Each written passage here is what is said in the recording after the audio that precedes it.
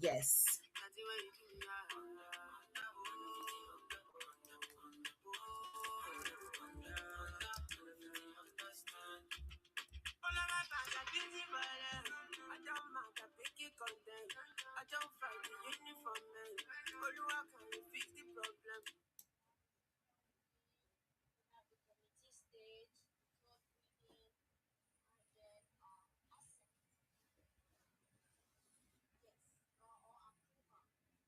Okay.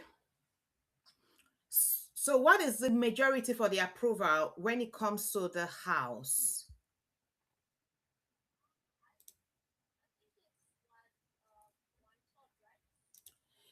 It's supposed to be it depends, like, but I, it depends. Mine says mine is two-third in US, two-third majority. I don't know whether it's the same in Nigeria again, but it's been how many years I've been called to Nigerian Baba. I know it should be around that. Yes, okay. So whichever way, right? It does not just get passed into law just by somebody bringing it up. It has to be in form of a bill. Then after it's deliberated on in the House, it's brought out for public hearing, and then we that's when we now say, okay, it has now become a law. After it's been deliberated on, public hearing, it goes back to the House, then everybody will, all the representative will sit to vote on it, right?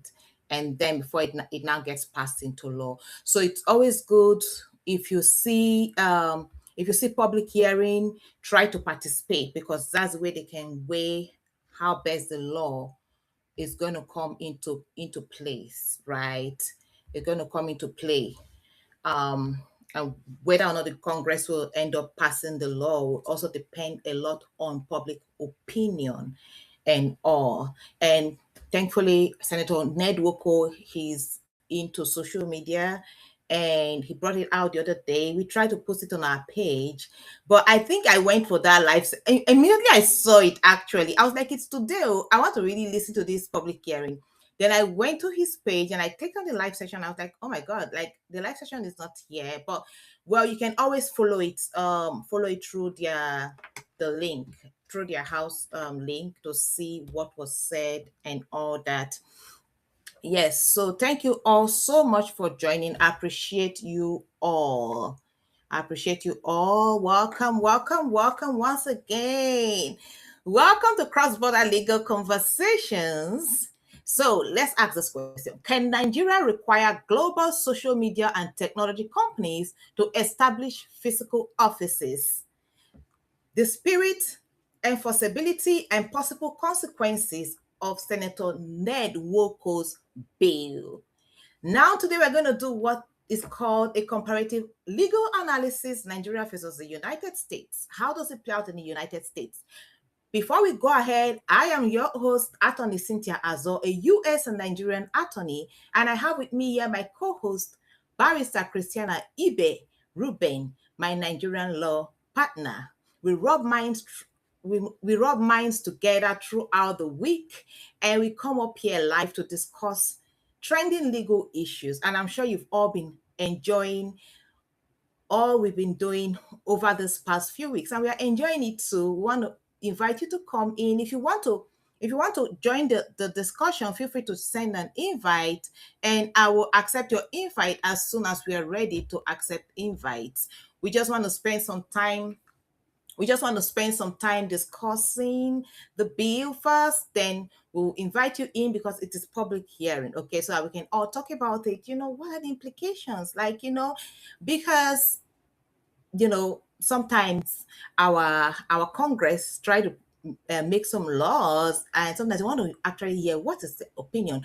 We are in a social media age, right? We're in a social media age. We've seen situations whereby persons come online, advertise products, and at the end of the day, you buy products from those persons, and there's no means to reach those persons, right? For instance, someone comes and advertises a lovely cream that can help you look fresher, help your skin, and all of those other things, and you purchase the cream. You love the cream, you love the advert, right?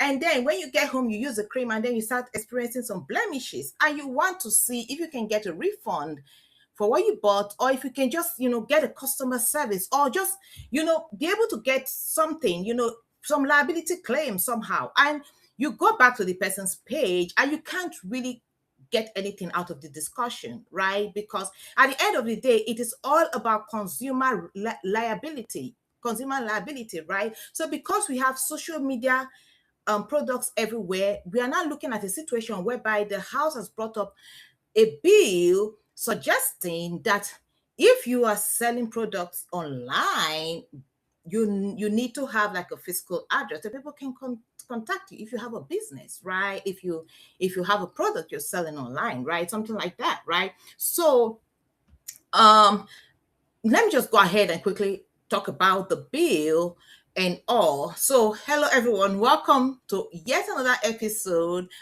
of cross-border legal conversations, where we examine trending legal and policy issues through the law of Nigeria and the United States.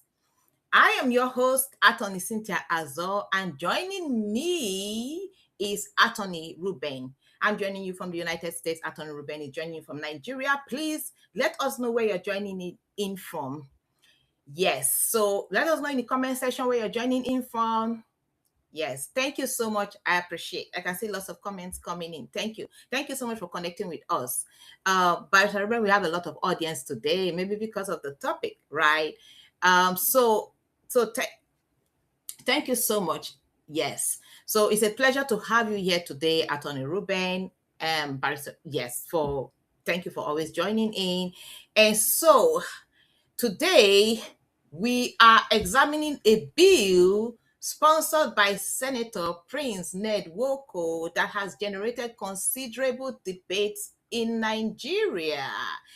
So the bill actually seeks to amend the Nigeria Data Protection Act 2023.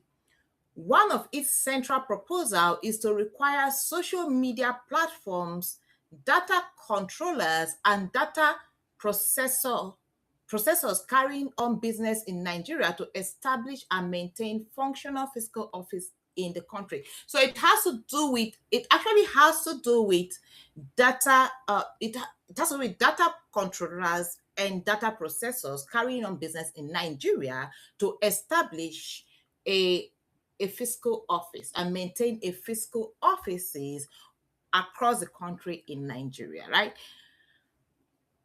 The proposal has already passed its second reading and it has reached the public hearing stage. However, let us clarify something immediately, okay? This proposal is still a bill. Thank you. It is not yet a law, right? So the fact that a public hearing has been conducted does not mean that the bill has completed the legislative process. Okay, so it's still in the process, so we still have ways to amend it and all, if at all. According to the sponsor, the proposal is intended to strengthen regulatory oversight, improve enforcement of data protection laws, enhance consumer protection, improve communication between digital platforms and Nigerian authorities, promote tax compliance, create employment opportunities, and make global technology companies more accountable within Nigeria. Yeah, I love this bill. I love this bill. So I wanted to clap. I love this bill. I love this bill. Yeah. So it doesn't apply to anybody. So let us bring it home because we've been getting lots of different narratives online. It's not every buyer and seller online. Data processors that they're talking about. Okay. So yes, and the part of the bill I like most is the fact that it is made to help consumers. You understand? To help consumers, which is the most it's a very good reason to want to have that bill actually, because at the end of the day, consumer protection is the end of it all. Yes, it's the end of it all. So um this bill has attracted lots of criticism. If you have a criticism on this bill, please put in the comment section. Some critics are concerned that it may impose excessive compliance burdens, discourage investment, affect smaller digital businesses, or provide a route for increased governmental control over online expression. Okay, now before we go further, do you think that the government should get involved in online expression?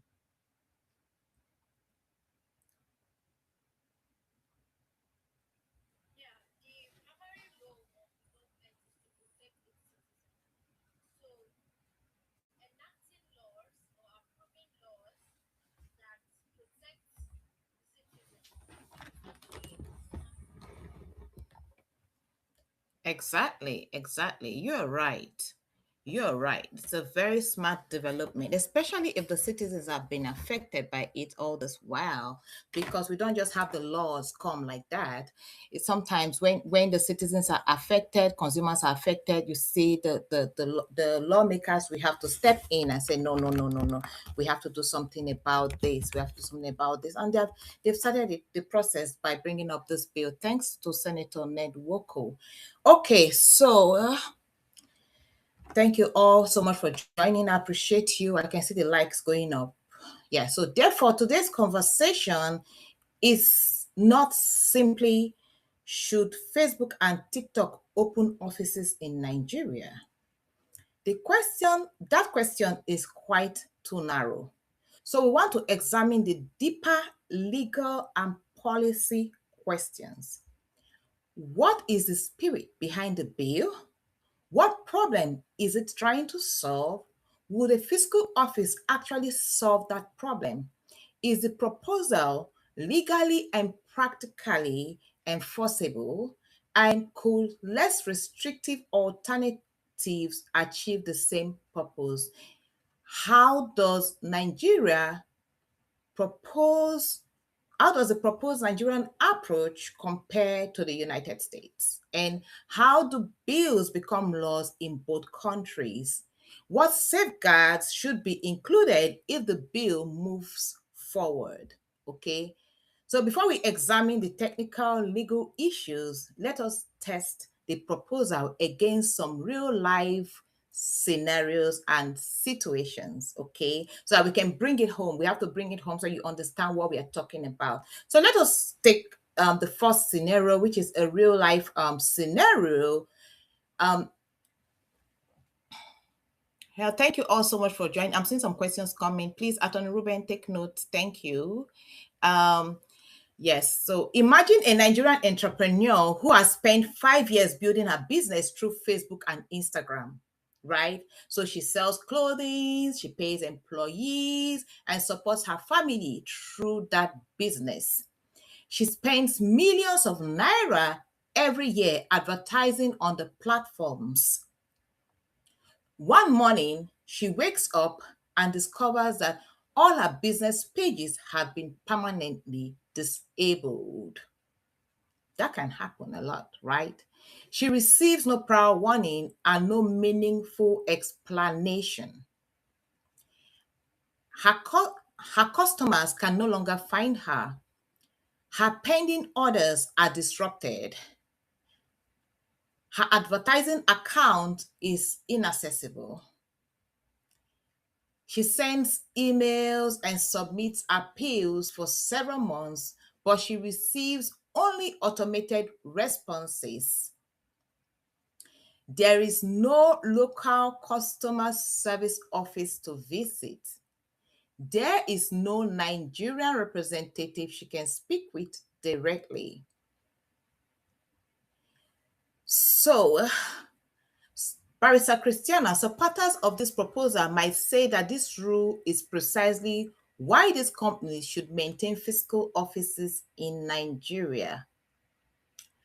Will this bill make a meaningful difference in a situation like this?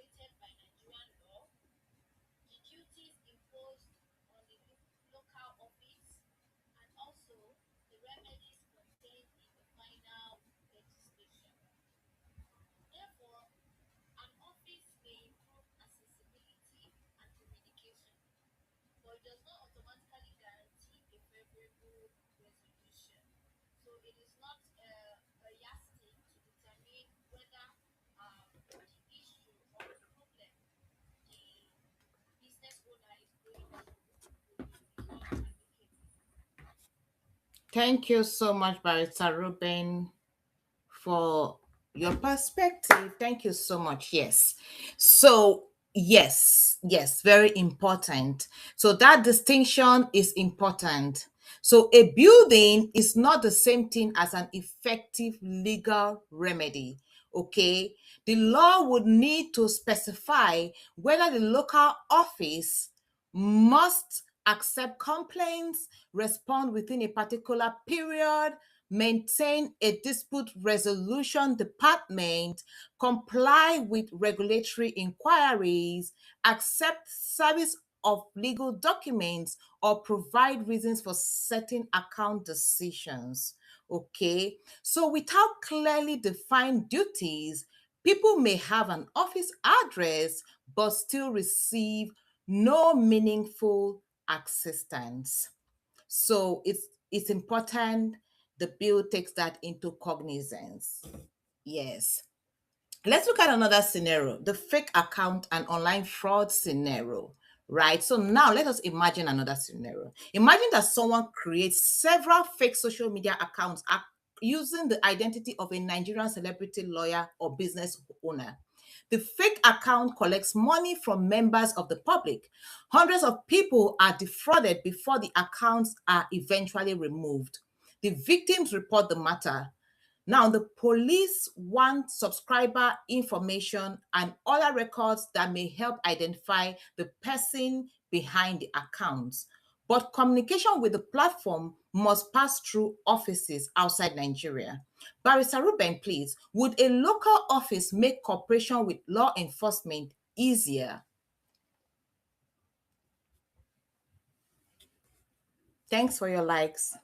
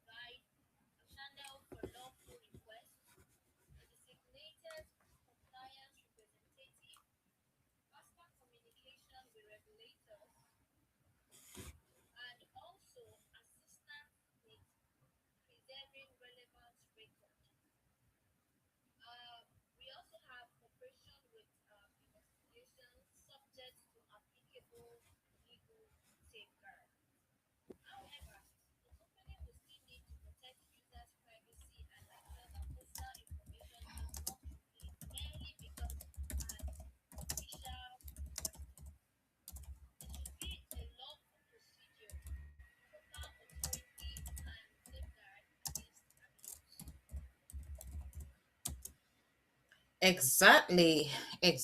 Thank you so much, Barrister Ruben. Yes. We want effective law enforcement, but we must also protect due process. A fiscal office should not become a place where private information is surrendered informally or without legal authority. Okay, so a sound law should explain which agency, and please can you mute your mic? Thank you. I'm hearing so much noise on the background. Thank you. So, a sound law should explain which agency may request information, what documentation must accompany the request, whether a court order is required, what emergency exceptions apply, what categories of information may be disclosed, and whether the affected user has any right to challenge the disclosure. Yes, so accountability must operate in both directions. Thank you all so much for joining. We are discussing the Senator Nwoko bill, the social media bill that just went to the House. And so this bill proposes that major social media companies such as Facebook, Instagram, TikTok, and others must establish physical offices in Nigeria if they do business with Nigerians. So according to Senator Nwoko, this would improve regulatory tax compliance, customer support, and accountability. The bill has advanced through the early legislative stages but has not yet become law. So now we are discussing the import of the bill, and we are trying to determine what is the spirit behind the bill and what should the House look into in order to make the bill more enforceable and all. And then we're also trying to do like a comparative analysis between what operates at home and in the US. Yes. So I am Attorney Cynthia Azo. I'm a dual licensed attorney licensed in Nigeria and also in the United States. So I have with me here barrister Ruben Christiana Ibe. She's a barrister from Nigeria and she is here giving us a Nigerian perspective. And we are trying to rub minds together to determine exactly what operates in the US, comparative analysis, and also we're trying to look into the bill and just kind of share our opinion about the bill and all. So these are lawyers rubbing mind, and if you join this live today, you're going to see real life breakdown of a bill, real life analysis by the lawyers of a bill. Okay, so that is what we are doing today. Like I was saying, accountability must operate in both directions. Platforms should be accountable to the law, but regulators should also be accountable when exercising their powers, right? So let's look at scenario 3. It's a child emergency scenario. Let us consider a more urgent situation. So a parent discovers that intimate or exploitative images involving a minor have been uploaded and repeatedly shared on a platform. Whoa. The family reports the material immediately. Hours pass, then days passed, and the family receives automated responses but cannot reach anyone who can act quickly on the matter. Barrister Christiana, could a local office improve the response to emergencies involving children and other vulnerable users?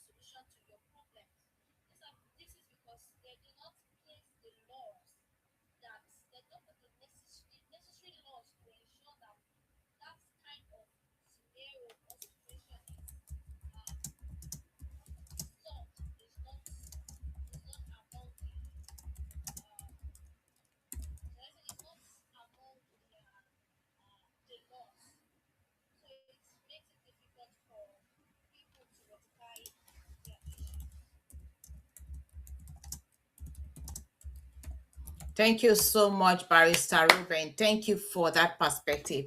Now, let us break this down. Let's break this down. Let's think about it this way. So if you want to do a big business in our country, in Nigeria, and make money from Nigerians, you should have an office there, just like many other companies do. Okay, so that is basically what this bill is about. Let us look at it. For example, Coca-Cola sells drinks in Nigeria and has offices, factories, and employees there. If something goes wrong, the government knows who to contact. Even the persons, the consumers know who to contact, right? Yeah, you know, and Facebook, to millions of Nigerians are use Facebook, and Facebook benefit from Nigerians. Yes, we advertise, we spend our money there, we, and all those other things, right? Even TikTok too, right? So millions of Nigerians use Facebook every day, and the company earns money from ads shown to Nigerians. Yes, I know how much Nigerians must have spent on ad, but if there is a major issue, the company doesn't have a full local office in Nigeria that handles its operations there, right? So the bill is basically saying if you are a big social media company making money from Nigerians, you should also have a real office in Nigeria. So people support this because they said it will create jobs for Nigerians, it will make these companies easier to hold accountable, it could improve customer support, it may help Nigeria collect taxes more effectively. But but some persons actually oppose it. Some say opening of offices is expensive. Some companies may decide it's not worth operating in Nigeria. A local office doesn't automatically solve users' problem. So we are not talking about just Facebook and TikTok. We are talking about big companies, any large social media company doing business in Nigeria. They could include Facebook, Instagram. Make una listen o, they could still pass am to law in case they do big business for Nigeria and you never register for Nigeria, you no get headquarters. Na we dey talk about na the bill go still turn into law. The aspect why I dey look now be say whether or not we go fit say make TikTok and Facebook come get headquarters for Nigeria. But we're not only talking about TikTok and Facebook. We're not only talking about Google.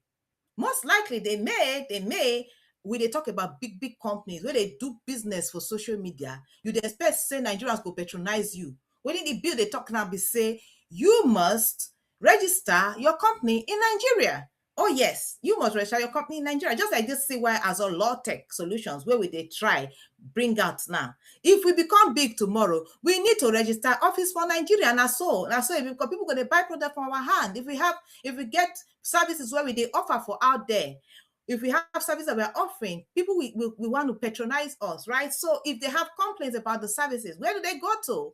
Where do they go to? You have to have a head office. Yes. So that is the I have some persons who are trying to come in. Yes, so now we they talk about now, right? So that's basically the summary of the bill. I wanted to summarize it a bit because the bill I say persons no we no really understand when in this bill they talk about, because we get lots of big companies where they do business for Nigeria, that are doing business in Nigeria, that are doing business online, right? And they are selling to Nigerian citizens. And Nigerian citizens sometimes they go fit get complaints. They find who they want go to. They need customer service. Who they go contact? These companies, they big on social media. You understand? So they are trying to protect the consumer. They just say these companies, if you operate, if you are going to operate in Nigeria or on social media at all, and you are going to have Nigerians as customers in any way whatsoever, you must register your company in Nigeria and be subject to the tax rules in Nigeria and the rules and regulations of operating a business in Nigeria. Very wonderful bill. I hope it's going to, I'm just trying to see, Barrister Ruben, how the enforceability is going to be, because we have lots of big companies already that are already operating, right? How are they going to say, come on, you cannot operate on social media, just shut down your account? Let's see how that goes. Actually, I would like to follow up this bill. We are going to follow up the bill. I will go call, they give you the story, how the bill they progress. If the bill should live through and get passed into law, we will let you know and let you know what you need to do. If the bill does not live through, right? And if, for instance, let's say the bill dies a natural death, we will let you know, and we will let you know the reasons why. You understand? So now it make us they open our camera more for educate the public on what is going on in our various countries. So let's say, suppose a Nigerian court issues a lawful order directing a social media platform to remove defamatory or unlawful content.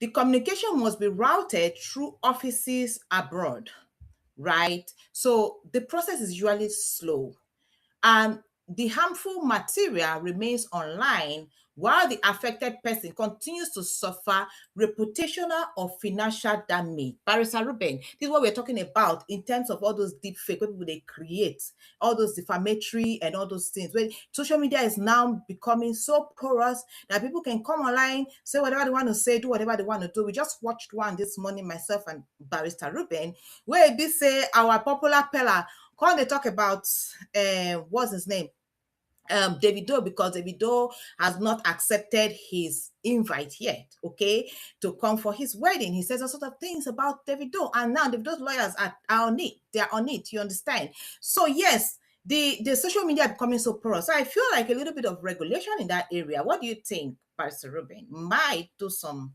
good, right?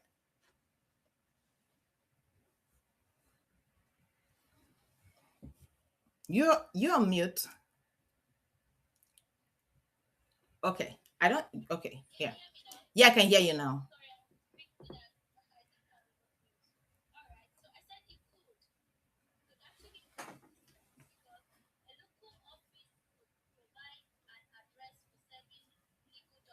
Mm-hmm. Mm-hmm. Mm-hmm.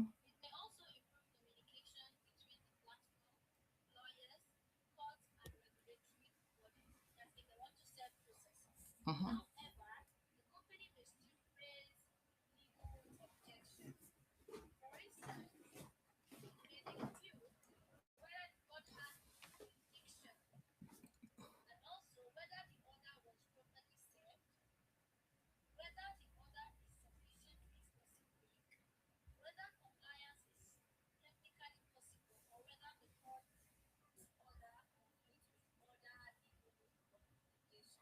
Mm-hmm.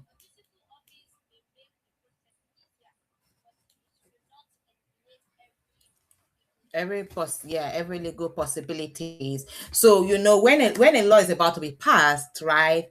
We Because a law can once a law is passed can be amended. It can be amended along the way, right? So we do not say the law should ensure that every foreseeable harm is being looked into and addressed at the initial stage. What we look at is what is the spirit behind the law, right? So I'm looking at. I feel. Let us put it on this platform. I feel this bill is gonna get passed into law. Bryce Ruben, what do you think?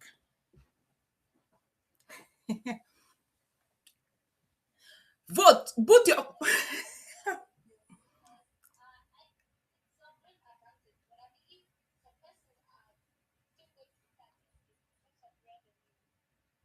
Yeah. Okay. Okay. Yes, because of revenue.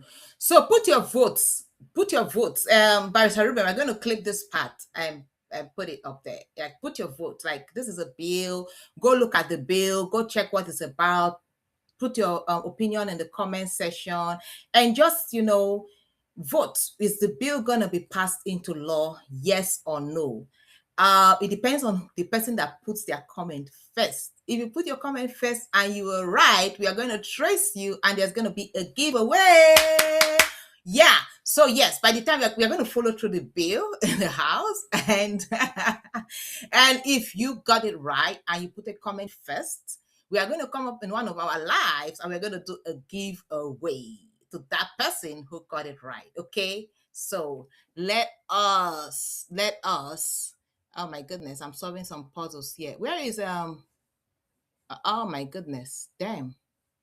I'm coming. Give me a moment, please. I'm trying to solve a puzzle. TikTok is giving me a puzzle to solve. Okay. Yeah, we are in. We're back in. Sorry. We got a puzzle. We got a puzzle. Please let us tap on the live. I can see the likes going up. We are going up. We have 20.2K likes, and we've not even gone up to yeah. So thank you all so much. I appreciate. So yes, that is it. That is it. So we are going to put up this part and we are going to have a giveaway. Giveaway, giveaway, giveaway. Yeah. So we are going to follow through the bill and we'll see what happens. And you're not only going to put yes, you're going to put yes and you're going to put your comment on why you think it's going to be passed into law, right? Just a little bit of comment. And you're going to put, if you feel it will not be passed, you put no and you put your reasons why you feel it will not be passed into law. Let us leave the rest for the Congress to handle, okay? Yes. So yes, actually, local presence may improve service and communication, but it does not erase procedural rights, right? So a company is entitled to challenge an order through the appropriate legal process. The goal should not be automatic obedience to every demand. The goal should be effective access to lawful legal procedures. That is very important, especially for service of processes and all those other things. Okay, yes. Let's look at scenario 5. We are trying to bring home this through scenarios. Okay, so imagine that the personal information of millions of Nigerians is exposed in a major data breach. Name, phone numbers, financial information, or identification records become accessible to unauthorized individuals. Nigerian users want to know. They want to know exactly what happened. They also want to know when did the company discover this. They also want to know what information was exposed. What is the company doing to protect affected users? So, would a local office improve the regulator's ability to investigate and respond to these requests by Nigerians? So, Barrister Christiana Ibe Ruben, a local compliance office could it actually help?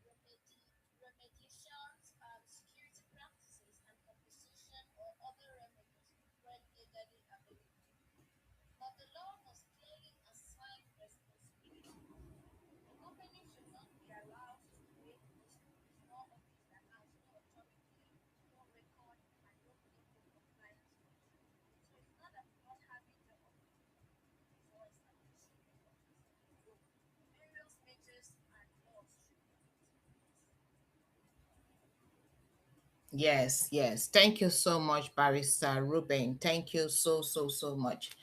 Thank you so much. Exactly what we are saying, what we've been saying. A local office should not merely be decorative, right? It must have sufficient authority and capacity to respond to Nigerian regulators and users. So that's one thing our lawmakers should put in view and make the law enforceable if it gets passed. Let's look at the small foreign platform scenario, okay? So let us look at this now. Now, let us imagine another side.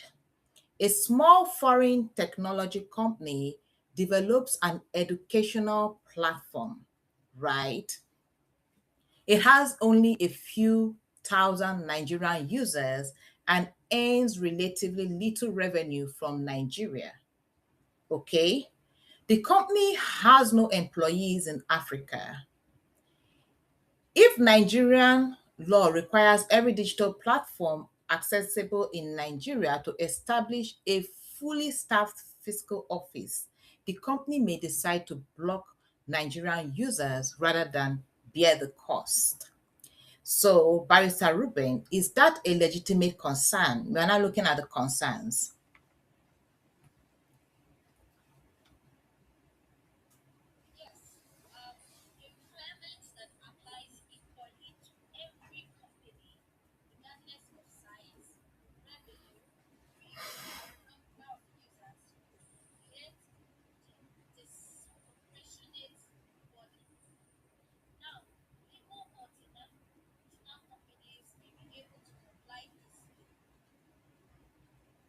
Yeah, the large ones.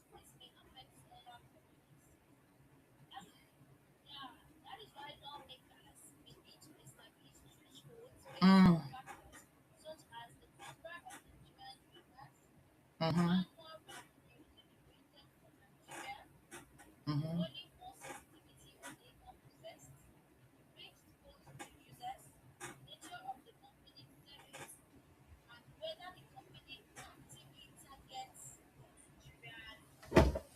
Okay.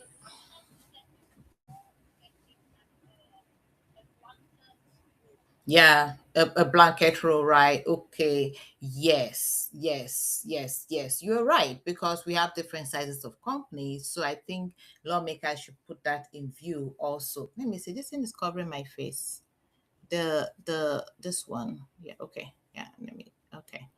So yes, yes. Thank you very much, Attorney Ruben. This is very critical.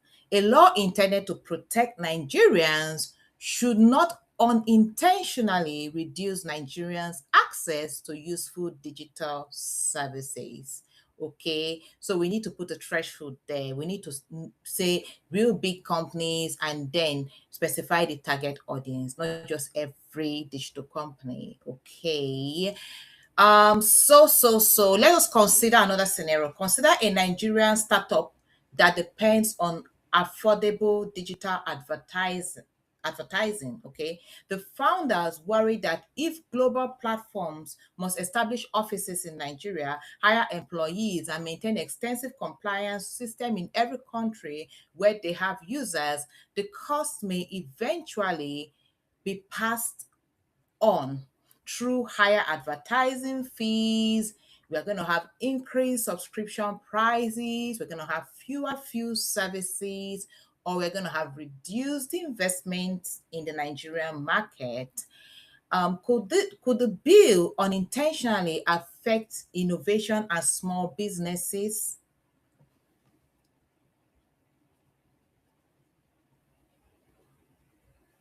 Yeah, Barrister Christiana Ruben Ibe.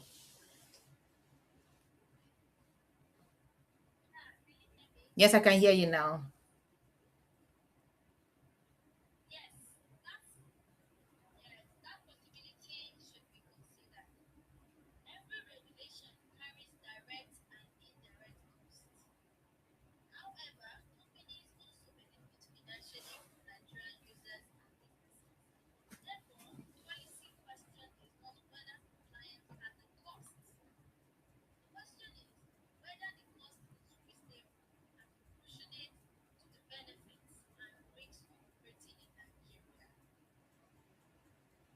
Okay, okay, okay, okay.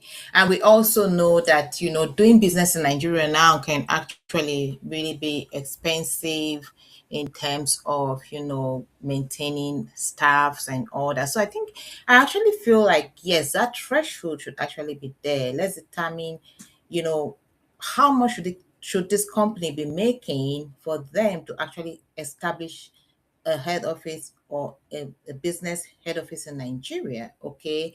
What are their target audience? Are they targeting mainly Nigerians? Okay, because we have lots of innovations that are coming up online now, and not all businesses may be able to afford the foreseeable harm that may come, or the reduction in, let's say,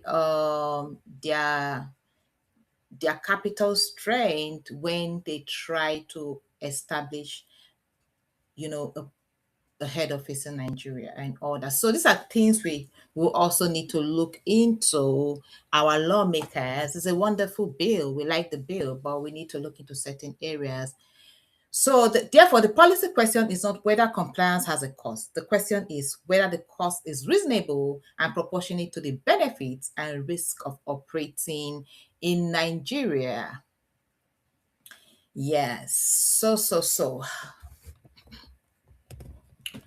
How we all doing? Welcome to my life. Welcome in, welcome in, welcome in, welcome in. At this point, we're going to invite persons to come in and join and, get involved in the discussion. If you want to join us, feel free to send a request and come in and just, share share your mind, share your thoughts, share your opinion on this bill on the live session while we are going on. Attorney Ruben, please help me be on the lookout if there are anybody that have questions um, through Facebook, YouTube, through TikTok, and all that. Yes.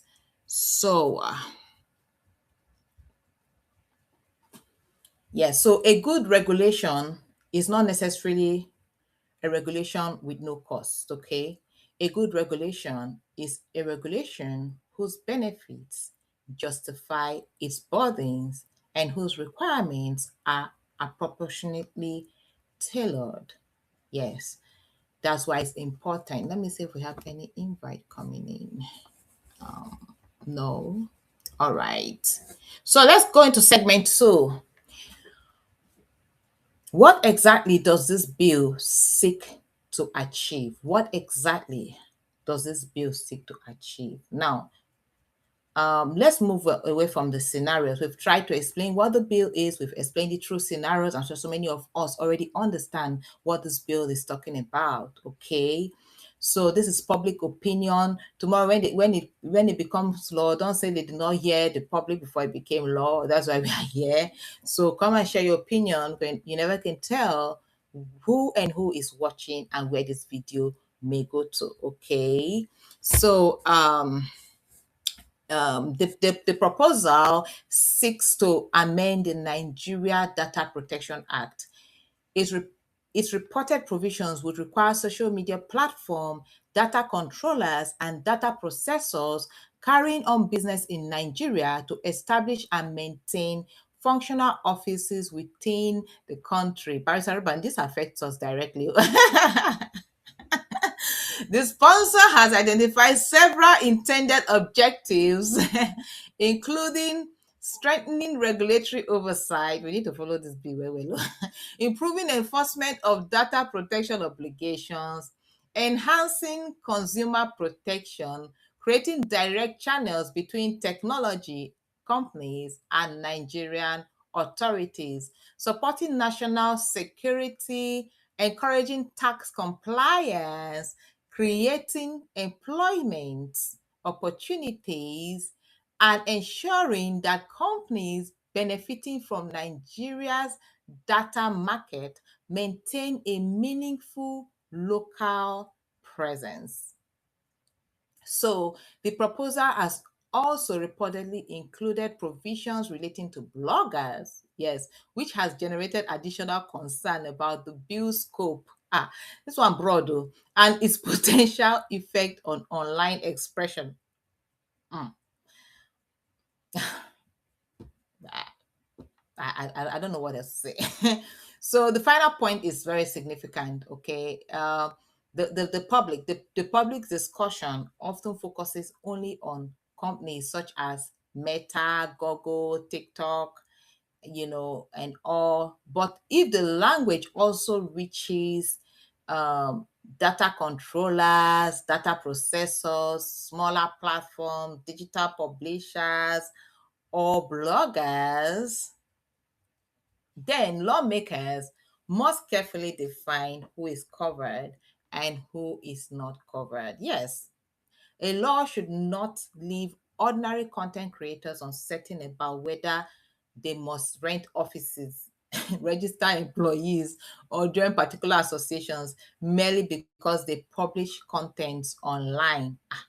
This content creation, don't they turn to big business? Oh. So vague definitions create three major problems. So first of all, people cannot confidently determine whether the law applies to them. So the lawmakers need to make it more plain. Let's be sure who and who this applies to. Second, regulators may apply the law inconsistently.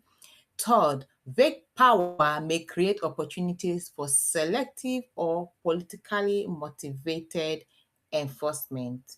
Therefore, the exact statutory language matters a lot. The exact statutory language matters a lot. So whenever this bill is trying to get passed into law, our opinion, in my opinion, Bill, please, as a small content creator, so yeah, please, extend the bill to the big companies, those big ones that have big data and all of those other things. Smaller, expressive content creators should not be required to establish offices, so that we don't restrict the ability of people to express themselves on social media. I think this is crossing a line between, if it includes bloggers, content creators, and all, I think it's crossing a line between the government and social media. We've never really had a situation whereby the government gets so involved in social media and all of those other things. Um, well, and it also crosses the line between the government and internal company policies. You understand? For instance, if you create, for instance, some digital companies, for instance, that create digital products. Right now, we have lots of AI going on there. We have lots of AI services out there. We have lots of data, companies out there because of the way the tech has developed over the years, right? Now, if these companies are required to register, will the government now come in to tell the company how to run its company, right? And all those other things. And second, we know that consumers do sometimes they do bring up different types of claims. For instance, let me put myself in. For instance, I create a product on how to pass the bar exam on your first sitting. Like how to pass the bar exams, for instance, which is one of the products that we have in our pipeline, which will come out soon, right? Now I bring out that product and it goes out there. Then you will now say, because I'm also selling to Nigerians, I have to establish an office in Nigeria. Okay, let's say we actually establish an office in Nigeria. You see what I'm saying? One of the reasons why I got my partner lawyer, it's like I knew that this was already. I saw a vision that this was trying to come, and I felt like no, because we also have Nigeria. We also have Nigerians who patronize our businesses right now.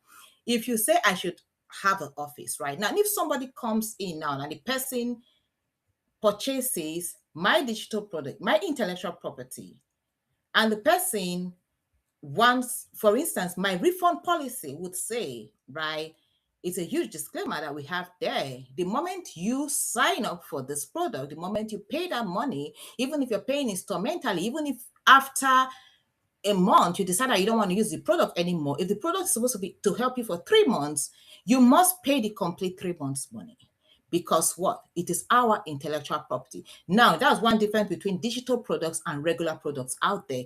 For instance, if you go out there and you buy maybe a washer or a dryer, or you buy a television and it doesn't work, after there's a period within which they can say, okay, you can return it. So there's a warranty. Okay, now when it comes to online products and all that, right, there is no warranty and all of those other things. You're either in or you're out. I bought products online before that I have bought it, and as soon as I buy it, I'm like, wait a minute, this person don't advertise this thing wrongly. But the first thing you should do is make sure you look through that product very well to be sure, because anybody selling a digital product online, you must make sure you're clear about what that product will offer to the consumers. Okay, that's why we have liabilities. The other liabilities that can come up can be liabilities for fake advertising, can be all those other liabilities, but you cannot return those products. You cannot return those products. Now, can the government now come in and say, okay, because we are having Nigerians complaining about this product, because we now have an office in Nigeria, then people can just come and decide that they have a claim against you, you have a customer service, and you must refund, right? How does that really play out? These are things that we are also trying to look at in the bill, okay? If it comes down to relating to small content creators and also to bloggers, okay? So Barrister Rima, what do you think about that actually, in terms of the extent of liability? Will the government now come in to determine how each company should operate? I'm very interested in this. I'm very interested in this because whenever I do something, I like to do something well. You understand? That's one aspect that we all should take into cognizance. If you are doing any business whatsoever at all, if it's a business you're doing online, if it's your private business, whatever business you're doing, you need to make sure you're complying with the policies and the rules with regard doing business in that country. Now the countries are trying to bring that rules and regulation into the social media platform. Yes, so we need to always stay abreast with the rules and the changes and the policy changes too. So we'll be sure that we are complying. Barrister Rubin, what do you think?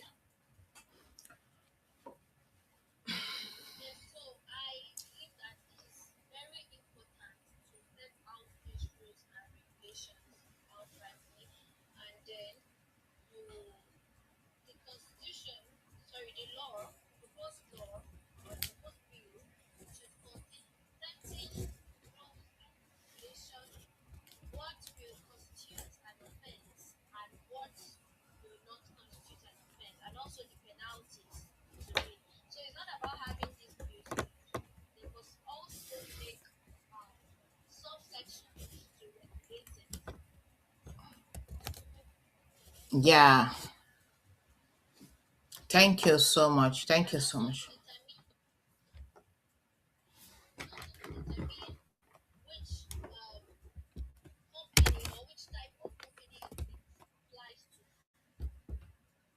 Mm-hmm.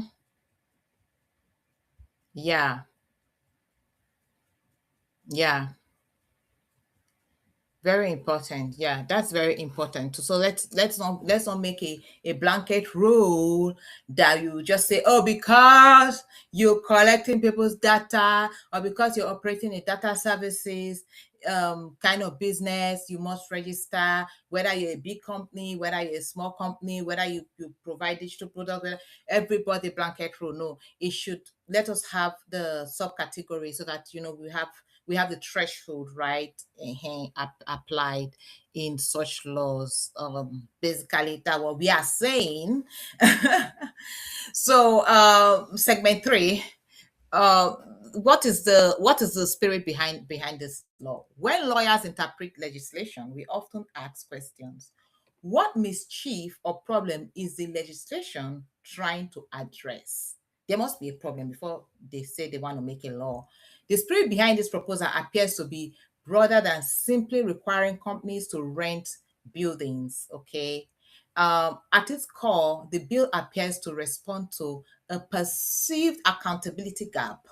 Okay, yes, global technology companies may serve millions of Nigerians, collect Nigerians' personal information and data. They may generate advertising and other revenue from Nigeria, and they may influence public communication, host Nigerian businesses, they may affect reputations and livelihoods, and they may make decisions that have significant consequences within Nigeria. Okay. So, but yet, when users, regulators, or court need meaningful engagement, the decision makers and the corporate structures may be located outside the country, right? Yeah. So the sponsor's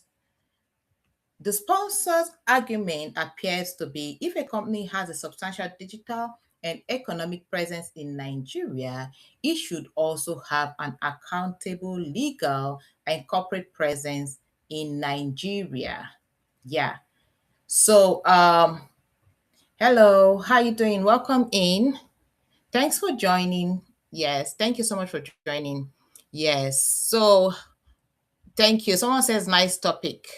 Thank you so much. Yes, so let us now go into the position in the United States. Um, let's go into the position in the United. I'm trying to check if I can have questions. My Nigerian lawyer has left. I think maybe our network might be having some glitches.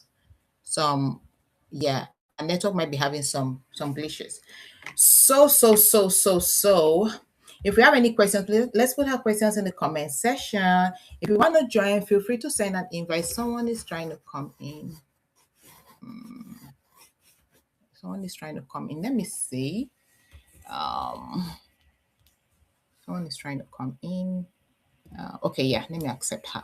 Okay, I even forgot that I'm putting now. I forgot I'm putting this invite now. So let's just discuss. and what your thoughts are. Then we can just go to another topic for the day that we have.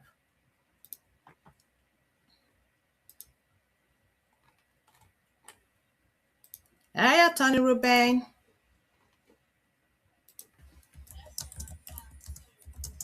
Yeah. So I think we've covered base on these. You understand? I think we've actually covered base on these. We've tried to analyze the bill, to look at the structure and the scope. We've tried to, bring forth our concerns, and we've also tried to proffer our recommendations in case the House is trying to consider making this bill become a law. It's a very good bill, and we actually like the idea. We just needed to have the scope, right? Um,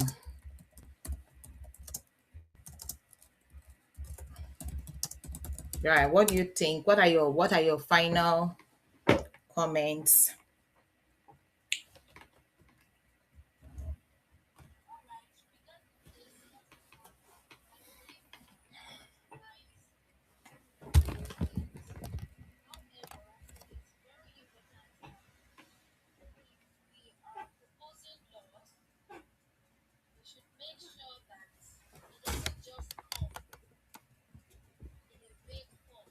Mm-hmm.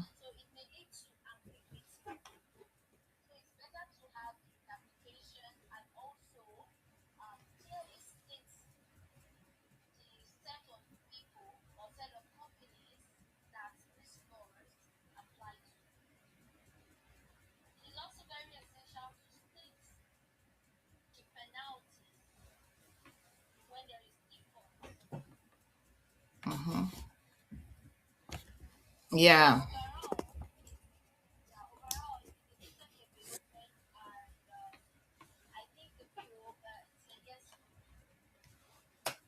Okay, so Attorney Ruben, you're gonna put. In fact, what I will do is I may just claim back my giveaway. I will claim once we post. I'll just go put my comment there. Am I not supposed to be a part of the giveaway? I like this kind of thing. Like I love this kind of thing. Like whereby you say, okay, first person to put a comment, the first person to get the comment right gets the giveaway. I'm just gonna put my own there as whether I will win it. No, don't worry. We are not part of this giveaway. We are not part of this giveaway. Because of course we already have an idea somehow. We don't know. Nobody knows what the law, whether it will become a law, nobody knows. Yeah, but we have an idea about the bill a whole lot more than others. So I would not say more than others. So many persons out there know a lot about the bill. So we're just not going to be a part of it because it's our show, right? Or Barrister Ribbon, what do you think? You throw that open to the other people later. Mm-hmm. Yeah. Yes. So we are doing this how we create more engagement with you all so that that we are not only coming here to teach you law, we're also coming here. We're not only coming here to educate about the law, we're not only coming here to analyze trending legal issues, we are also coming here to see how we can create that engagement and also through all of these giveaways and all that. So let me now talk about position in the United States. In the United States, there's no federal law that says Facebook, TikTok, or YouTube must have a physical office in every state or even in Washington, D.C. to operate. Okay. Instead, the United States approach is companies can operate from wherever they choose. For example, many tech companies are headquartered in California. Okay. They must still obey US laws, pay applicable taxes, respond to court orders, and comply with regulations where they do business. If they have enough business activities in a particular state, they may have to register there for legal or tax purposes, but that does not necessarily mean operating a physical office in that state. So why does US not require offices everywhere? The US generally believes that the internet is global. Requiring every online company to open a physical office could make it harder for businesses to operate. Laws can often be enforced through existing legal and regulatory mechanisms without requiring a local office. That brings me down. My mind has been going to area doctrine. Um, So Nigeria proposal is different. So if you're a large social media company serving millions of Nigerians, you should have a physical office in Nigeria. That's what the bill is saying. The United States does not have a comparable nationwide requirements for social media companies. Um, so that's the reason why this has actually generated lots of debate. Supporters argue that it would improve accountability and create jobs, while critics point out countries like US generally regulate these companies without requiring them to open a physical office simply to provide their services. Okay, so US already understands that all these companies they're going to have um, um, they're going to have to do businesses online, and they're going to have customers everywhere. So you not say, you must have customer in state, you must have an office in state A.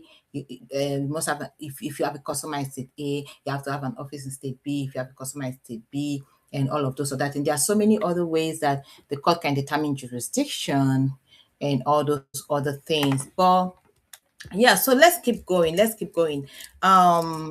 the US. But um we have these companies registered in the US, at least at all. So US is a country, just like Nigeria is a country. You understand? So that's what I'm looking at now. Like, we have these countries registered in US, right? So if we have these countries registered in US, we are not talking about we are not talking about registering in all the states in Nigeria. We are saying register in one state in Nigeria. So the analysis kind of look, because these companies now that we are talking about, welcome in. Thank you so much for joining. So these companies that we're talking about, it's uh, uh,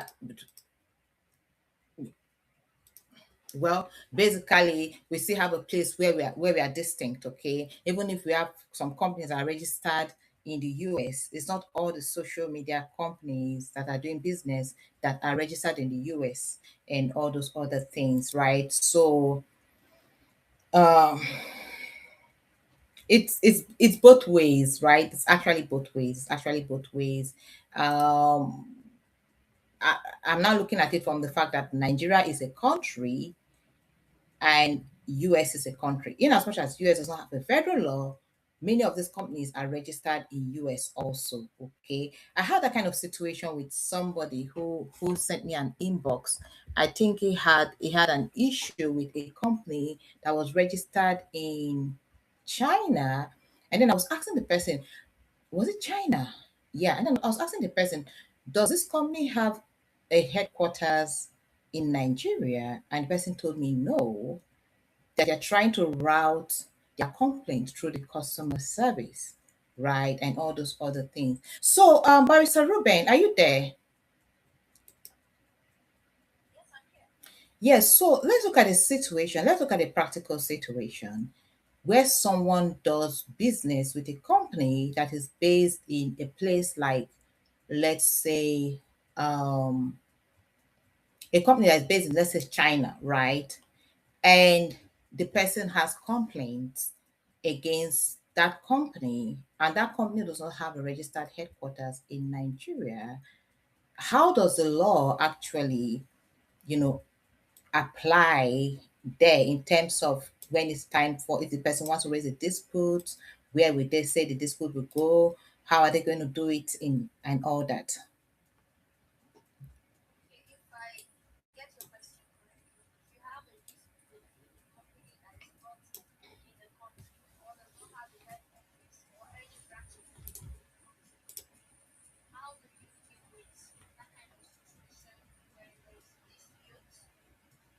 Mm-hmm. Yeah.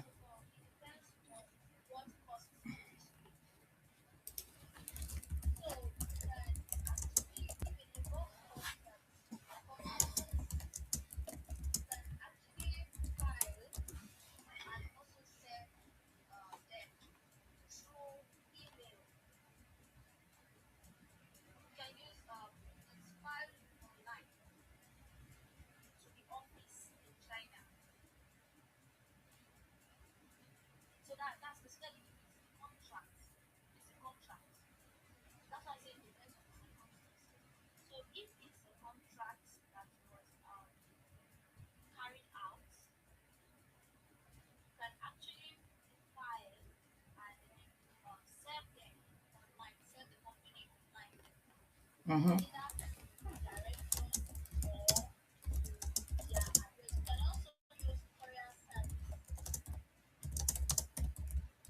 Mm-hmm.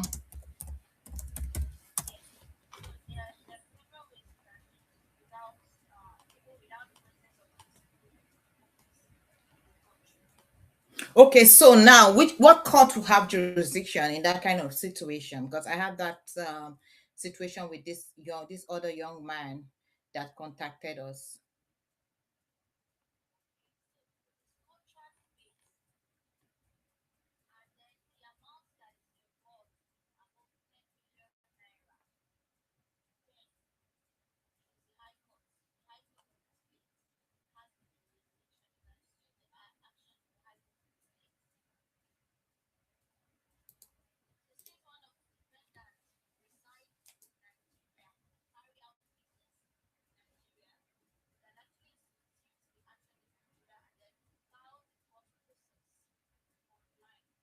Okay, and try to okay. Okay. So now I understand. Yeah.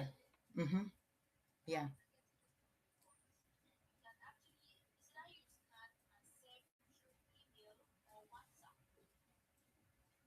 Mm-hmm. Mm-hmm.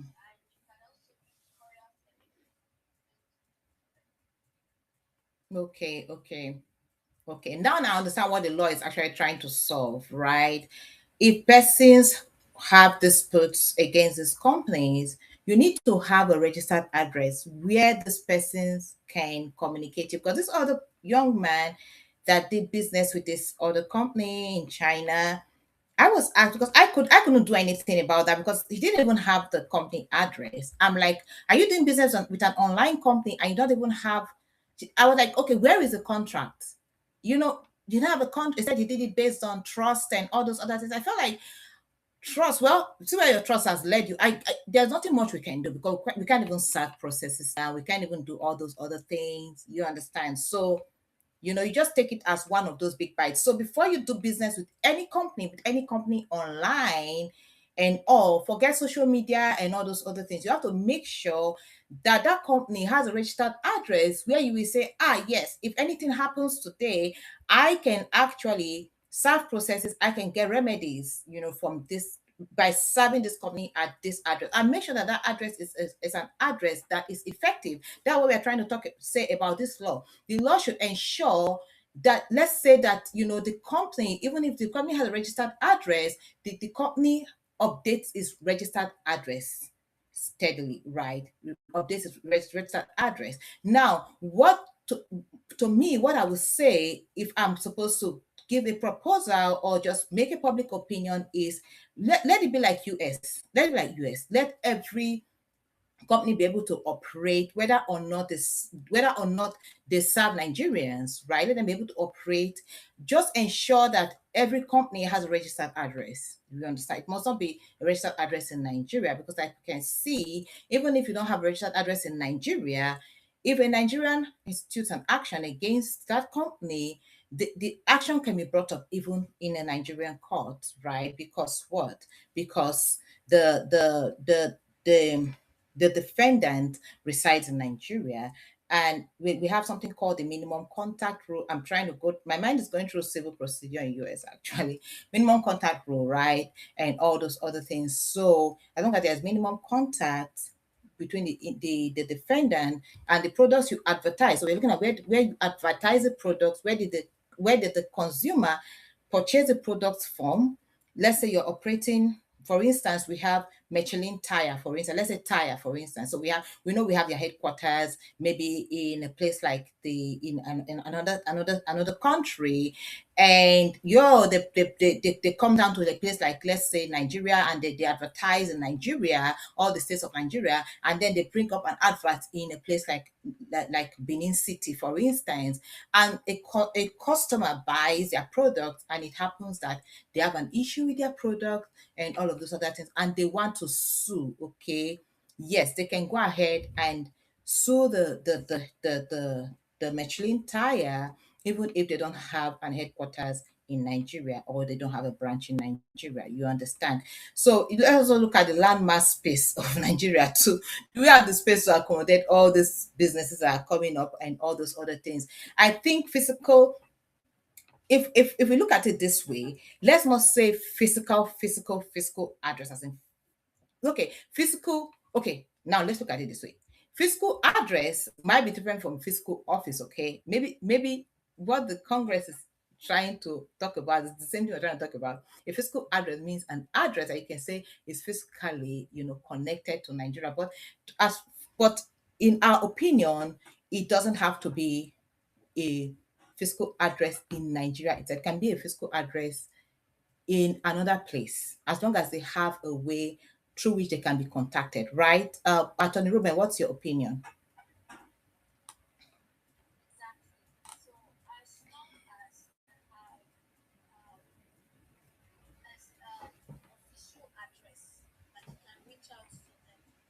Mm-hmm.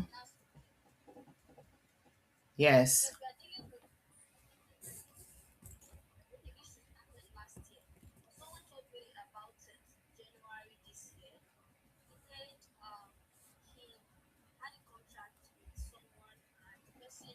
Mm-hmm.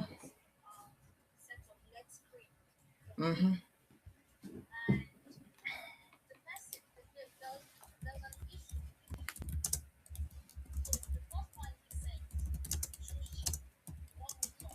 Mm-hmm. Mm-hmm.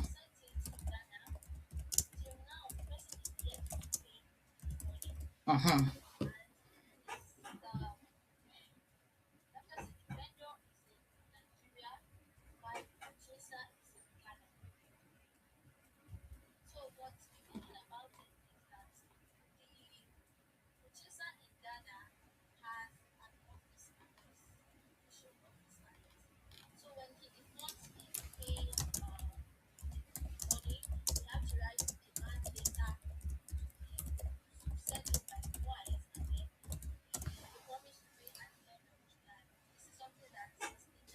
Mm-hmm.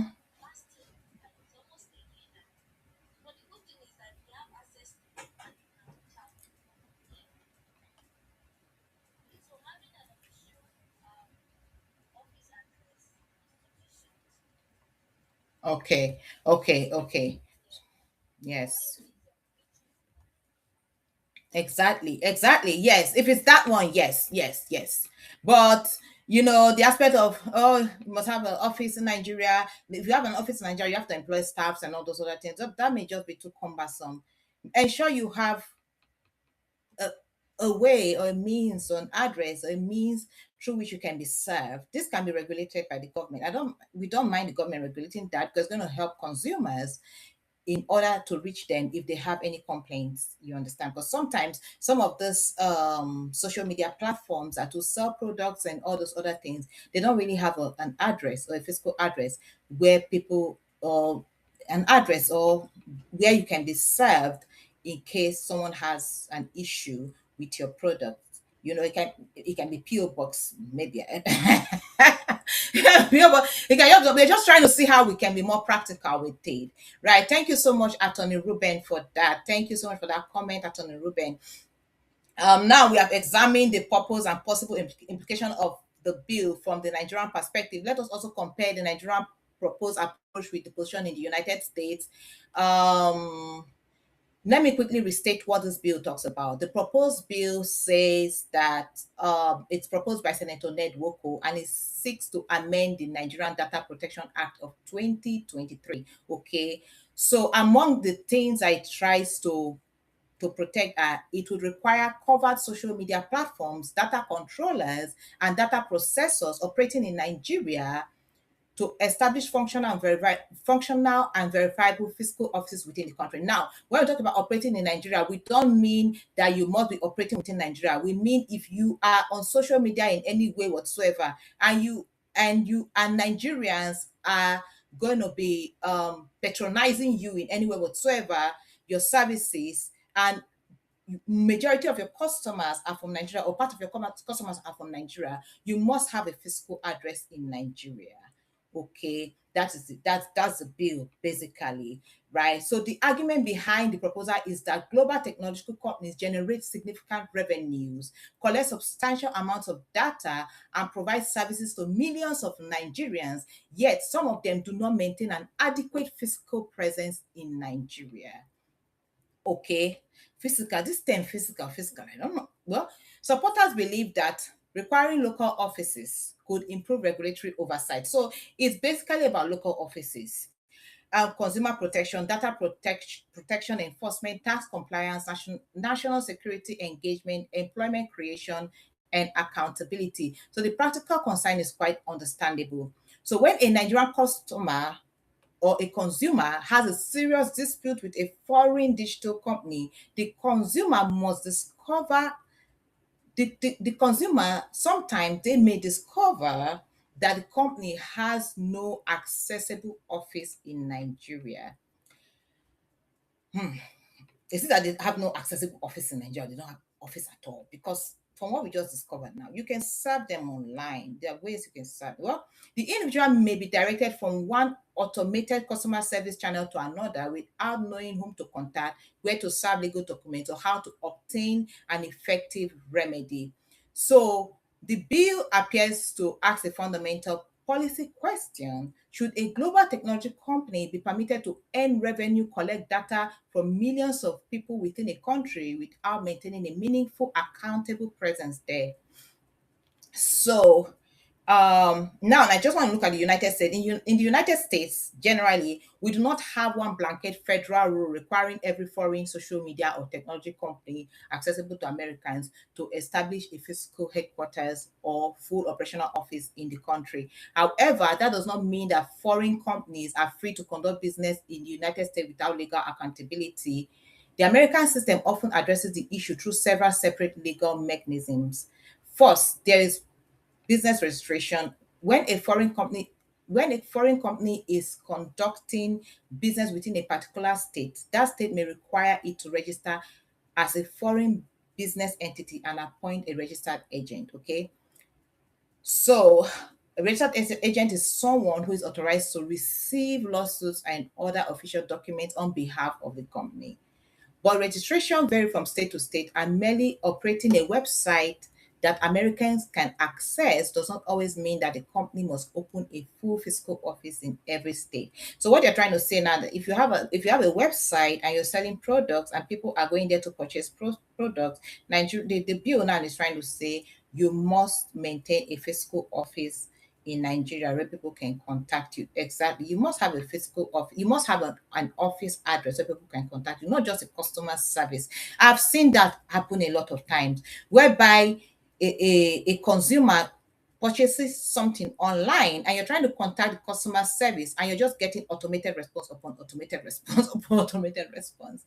I'm wondering how the law is going to enforce this. Are they going to require every person who have a website and selling online to shut down their website except they have that accessible address? Is it going to be through the tech, maybe trying to access the address that are provided by these websites and determine whether or not it's going? Because this law has to be enforceable. But lots of customers are losing their consumers are losing their income through these sometimes fake accounts and through these websites and all of those other things. So I think it's a very, very good bill. It's a very good bill. We just believe that it should be neutralized a little bit so that it can accommodate a lot of other businesses. So from what Attorney Ruben said, in the United States we have the doctrine of personal jurisdiction. Suppose a company is headquarters in China, for instance, or an but it sells products, it gathers information, runs advertisement, or deliberately provides services to customers in the United States. Okay, let's say the company is located in China and it does business in the United States. If a dispute arises, right, an American court will ask whether the company has sufficient legal connections with the particular state in which the case is filed.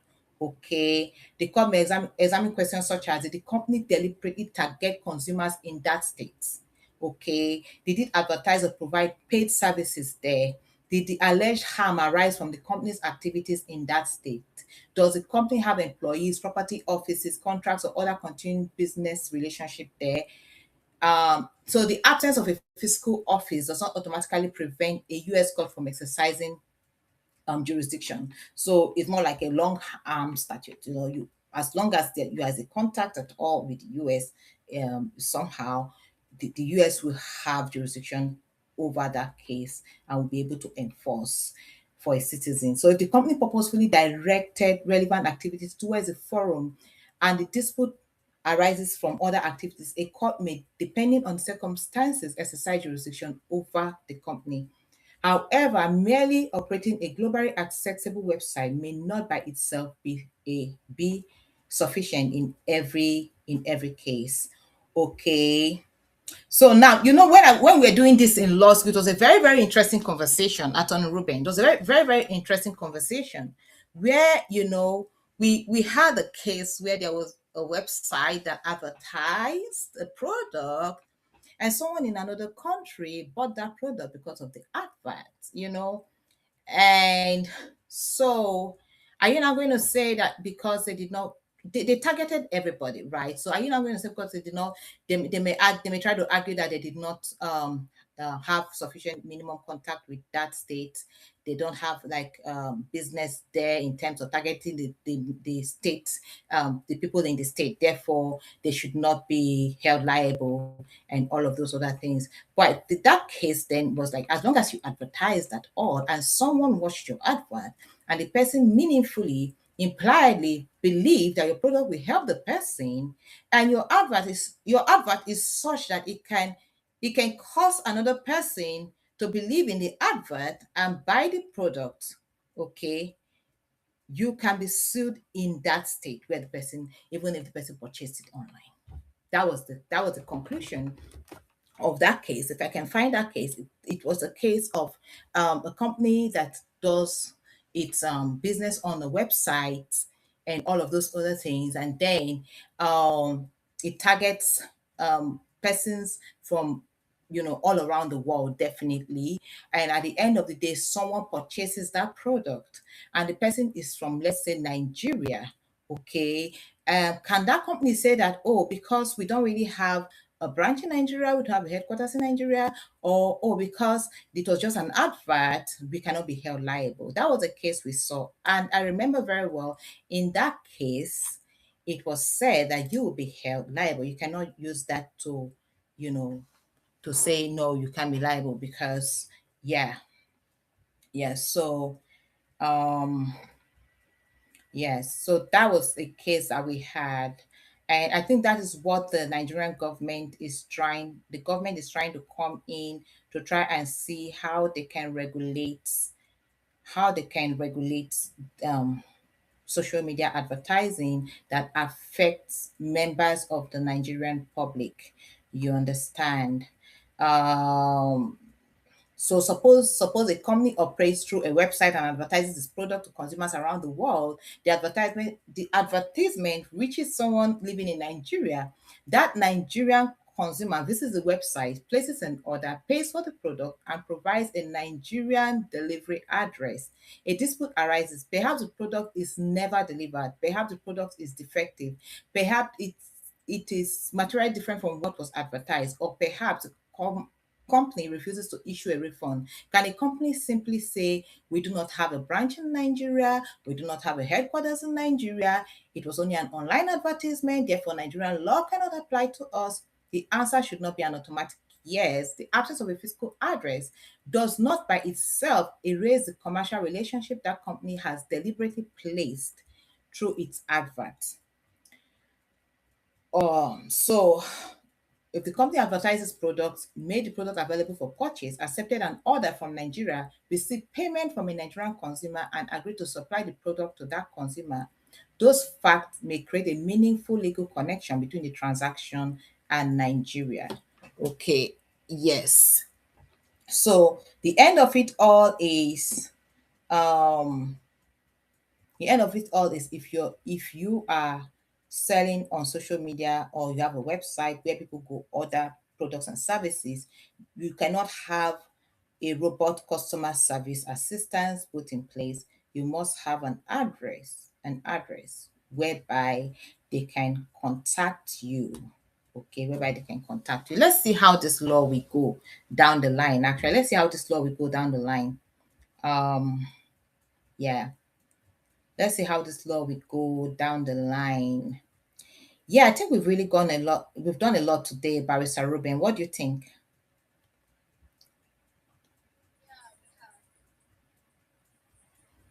Yeah. So yeah, a company, you cannot create a legal relationship with Nigerians and deny every connection with Nigeria when a dispute arise. So so so if a company makes representation to a Nigerian customer, accepts customers' money and causes loss or harm within Nigeria, Nigerian consumer protection authorities or courts may potentially have a basis to examine the matter depending on the facts. So yes, so as social media grows, as tech grows, as AI grows, we're beginning to see government eyes looking into what is going on there. And we are very happy about this bill. We look forward to see how this bill will play out. Yes. Next week we're going to go into more into because we've been having questions about consumer liability, warranty, and all those other things. So we're going to go into all those things that really relate to the public in terms of consumer protection and all those other things. We'll go into all those other things beginning next week. And so, thank you all so much for connecting with us. We always try our best to come here. We've told ourselves that no matter what, we're going to come here Saturdays at 9 a.m. US time and 3 p.m. Nigerian time. Okay, we're going to try to come and discuss something with us. So feel free if you have any questions, feel free to put it in our comment section. Okay, while we try to conclude for the day, we are done for the day, right? Do we have something else we need to discuss today? Although this issue brings a whole lot of other issues, but we are going to consider all those later because a whole lot was coming to my mind. I just tried my best. I tried my best to stay within the discussion because as lawyers our mind just goes through so many different things, and then we're like, okay, how is it going to play if it how is it going to play out if it's like this, how is it going to play out if it's like this, all those kind of things. So we tried our best to stay within the area of discussion. So thank you very much for joining us today. I am Attorney Cynthia Azor, dual license attorney, US and Nigeria. I have with me my partner lawyer from Nigeria. We come out here to discuss trending legal issues and try to do a comparative analysis. It's been an interesting section today, been an interesting segment. We want to thank you for joining us. Like we always promised you, we have so many persons who come here to watch us. We also have persons who are watching from the For You page, persons who join us in the room, persons who even come out to ask us questions and comment. Feel free to ask your questions, feel free to comment. Like we always say, we want to just give our disclaimer out there, put our disclaimer out there once again, okay? This whatever advice we give you, whatever question we ask, general question we answer it, they are general questions, they are general answers to your questions. We do not provide legal advice and all those things. We are only opening up our camera to see how we can educate, which is something we enjoy doing, myself and my partner. She's the mini me from Nigeria. She's a mini me from Nigeria. We just like to rub minds, to research, to educate, right? So we just do that generally. So nothing we say here should be deemed to create an attorney-client relationship. It should not be deemed to be legal advice. If you have any questions and you ask us on Profile Solutions, should not be deemed to be legal advice. We are not affiliated with any employer and we are not affiliated with any government agencies. Okay. So thank you all so much for joining. We're just going to stay for some time, Barrister Ruben, so that we can get some questions and then we move. Mm.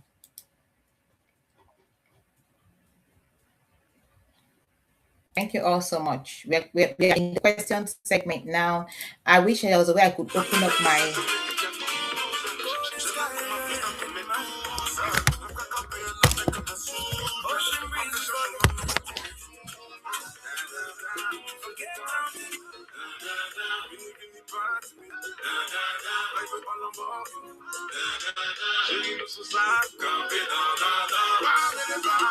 Yeah. We have 54.3 likes today. Oh my goodness. Thank you all so much. This is interesting. Thank you. We are happy that we are touching souls. We are happy that we are, we are happy that we are educating, and this is what we enjoy doing. Yeah, this is my zone. Thank you all so much. Let me see. Okay. Yeah.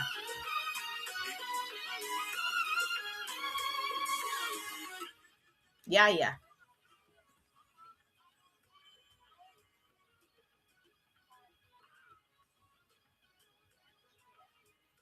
Okay.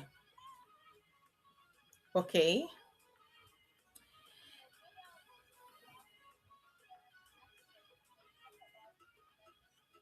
Mm-hmm. Lawyers, yeah.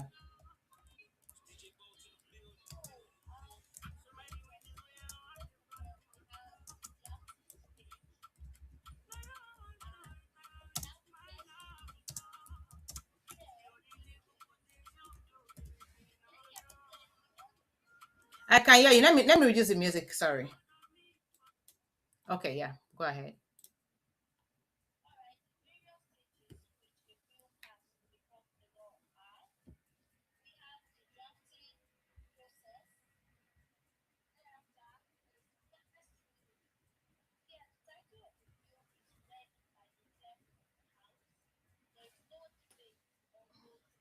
Mm-hmm. Okay.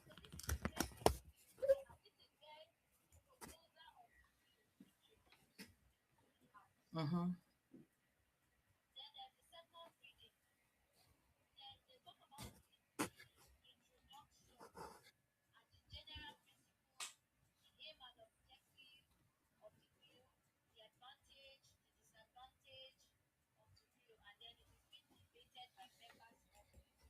Mm-hmm. Mm. Mm.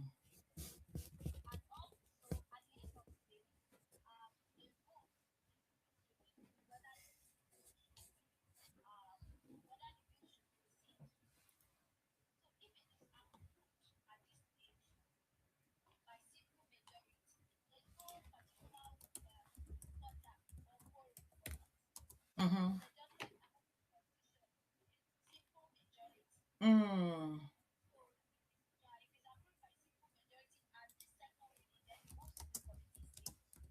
Mm.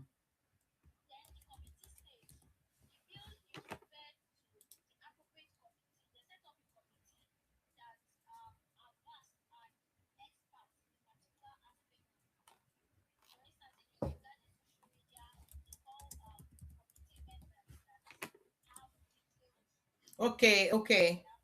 Mm-hmm.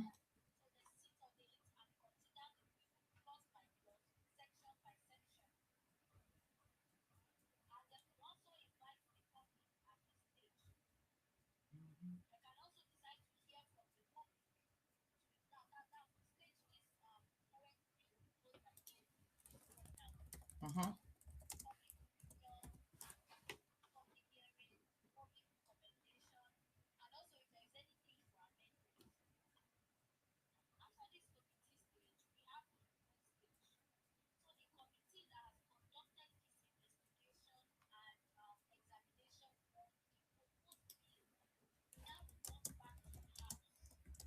Mm-hmm.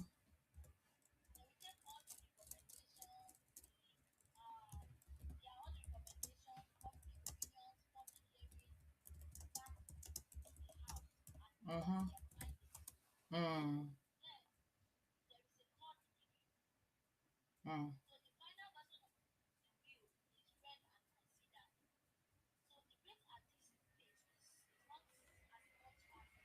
mm,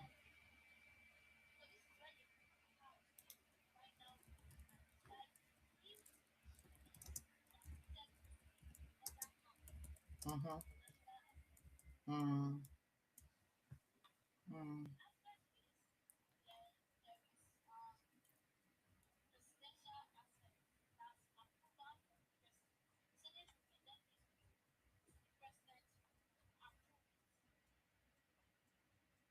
mhm,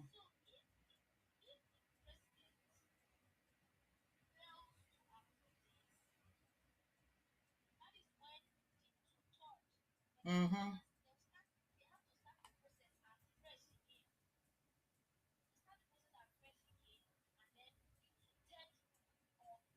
mhm,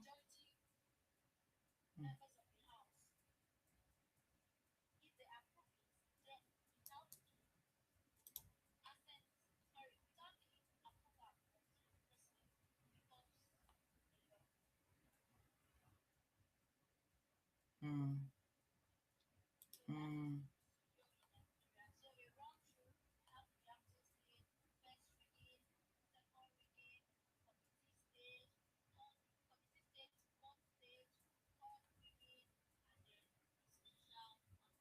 accent and veto. Okay, okay. Okay, thank you very much for that beautiful breakdown of the Nigerian position on how to pass a bill into law. It's particularly the same thing in the United States. If you're just watching us, I am Attorney Cynthia Azor, a dual licensed attorney from US and Nigeria, and I have with me my partner lawyer from Nigeria.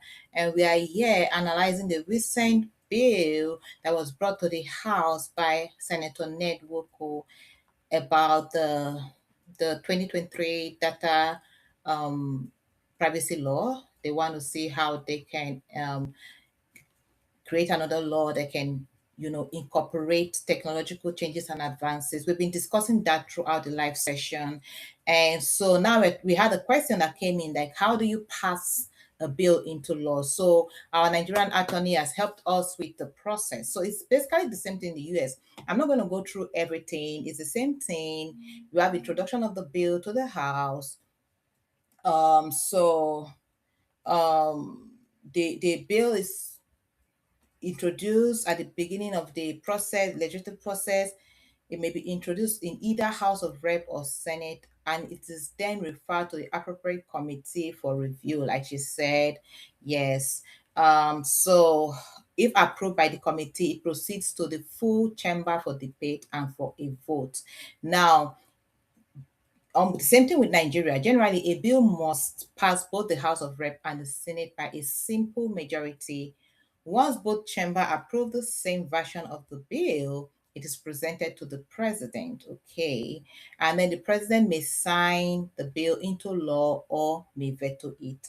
So if the president vetoes the bill, the Congress may still enact it into law by overriding the veto with a two-third majority in both the House of Rep and the Senate. Okay.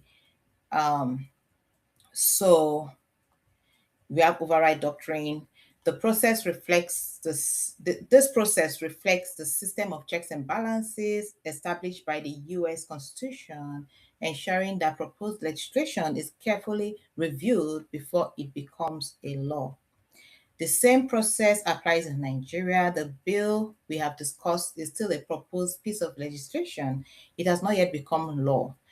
Like any other bill, it must complete Nigerian legislative process and receive presidential assent before it has a force of law. Therefore, while the proposal has generated significant public debate, it is important to distinguish between a bill that has been introduced and a law that is legally enforceable. So, Barrister Ruben, we have so many stages with Nigeria. So, I know that it has passed the first reading, the second reading. Now we are in public opinion. So after this public opinion, now what we go to expect next? After, because the process just plenty one kind. The process is quite, yeah.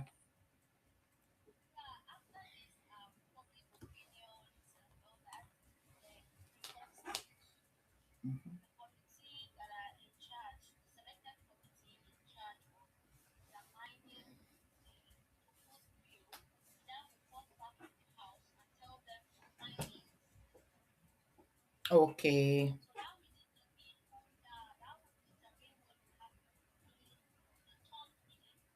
Okay. Okay.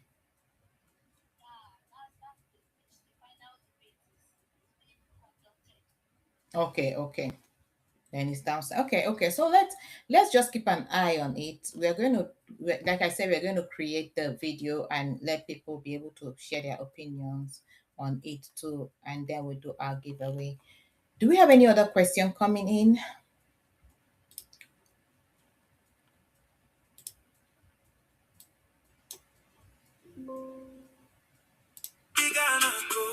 You be the one that I want the most. Palm trees dancing in the evening glow. The sweet smile got my heart beat slow. No need to rush, let the moment flow. Anywhere with you is where I want to go. The sun goes down. If you have any questions, if you want to join us, please put your request. Thank you for joining. I appreciate you. We have so many lights today. Love so sweet like a melody. African sunset, don't go far. You shine brighter than every star. African sunset, hold me tight. Let the moonlight guide us through the night. Do you have any questions on the bill? We gon' make this moment never die. Oh, African sunset. Do you have any questions on the bill? That the proposed bill? Okay, so I have a question here. It says from YouTube. It says, if this bill eventually becomes law in Nigeria, would every social media company automatically be required to establish a physical office in Nigeria? Okay, so I would say not necessarily. That would depend on the final wording of the legislation. They're still calling out for public opinion. They're still calling the committee to come and give their view, the experts and all of that. The current proposal appears to target specified major social media platforms, data controllers, and data processors. The exact scope will depend on the provisions ultimately enacted by the National Assembly and signed into law. Question two, let me see.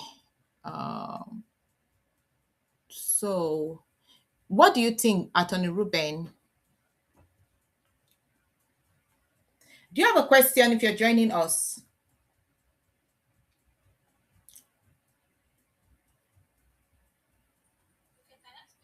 Yes, please.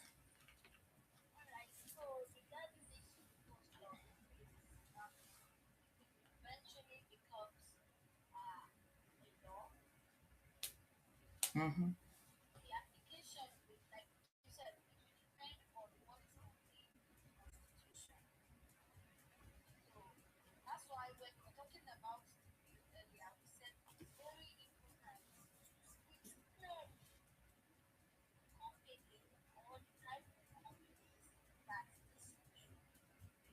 Mhm.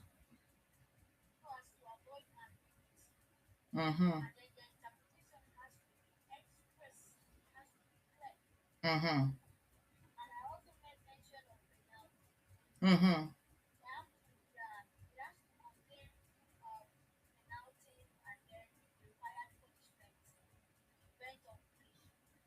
Mhm. Okay. Okay. Thank you very much, Barrister Ruben. Thank you. Yes, yes, that's true. Um, Another question coming in says,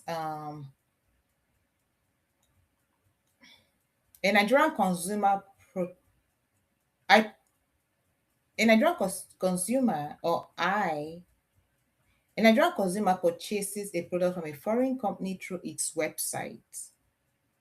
The company has no office in Nigeria and the product is never delivered. Does the consumer automatically lose the right to seek a legal remedy? So so you purchase, let us make some persons are using hypo here. You purchase a product from a foreign company through his website, and the company has no office in Nigeria, and the product was never delivered. We've seen a lot of those things. Does the consumer automatically lose the right to seek a legal remedy? Um, so if I should answer that, the answer will be that the absence of a physical office does not automatically prevent legal action. The important questions are whether Nigerian law applies to the transaction, whether Nigerian authorities or courts have jurisdiction, and whether any judgment or order can be effectively enforced. The lack of a local office may make enforcement more difficult, but it does not necessarily eliminate a consumer's legal rights. Yes, Attorney Ruben, but Ruben, you have to come in here now. When we talk about being able to bring up the legal action, we've said that you can bring it up even in Nigeria and all of that. What about enforcement? How does court not enforce it if they don't really have a local office for enforcement?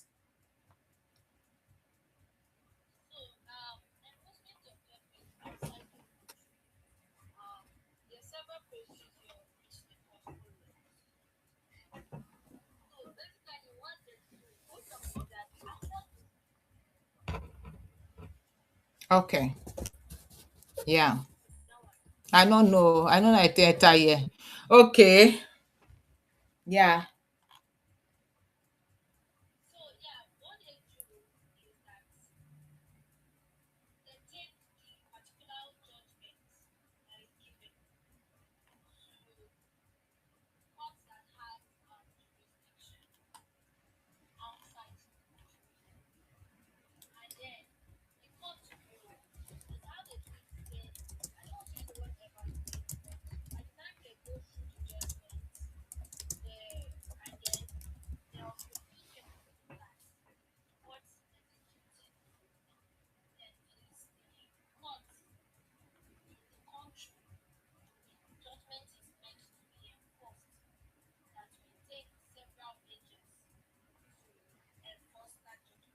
Okay, so it's enforced in that other place. Okay.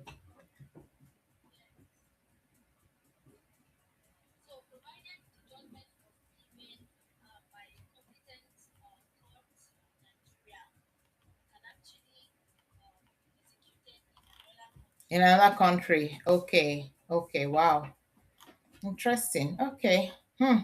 This is this is a cross-border discussion actually. It's actually cross-border because a lot happened through online websites and all that. So thank you all so much for joining today. And we need to call it a close, right? Do you have anything else to say to the audience before we close the live session?